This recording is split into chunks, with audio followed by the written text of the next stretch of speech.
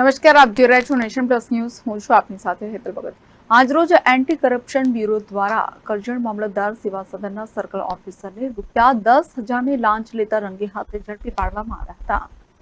કરજણ તાલુકા સેવા સદનમાં circle officer Shabbir દિવાને વારસાઈની entry કરાવવા માટે ફરિયાદી પાસે 10,000ની લાંચ માંગી હતી, જે સામે ફરિયાદીએ એન્ટી કરપ્શન બ્યુરોને ફરિયાદ કરતા એસીબી દ્વારા છટકું ગોઠવવામાં આવ્યું હતું. આ છટકામાં શબ્બીર દિવાન પૈસા સ્વીકારતા રંગે હાથ ઝડપાઈ જતા કરજણ તાલુકા સેવા સદનમાં ચકચાર મચી જવા પામી હતી.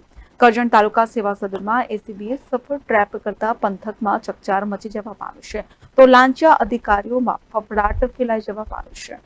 કેમેરામેન નવનીત પરમારની સાથે Satyam Nevashkar, nation plus news, Vadodara.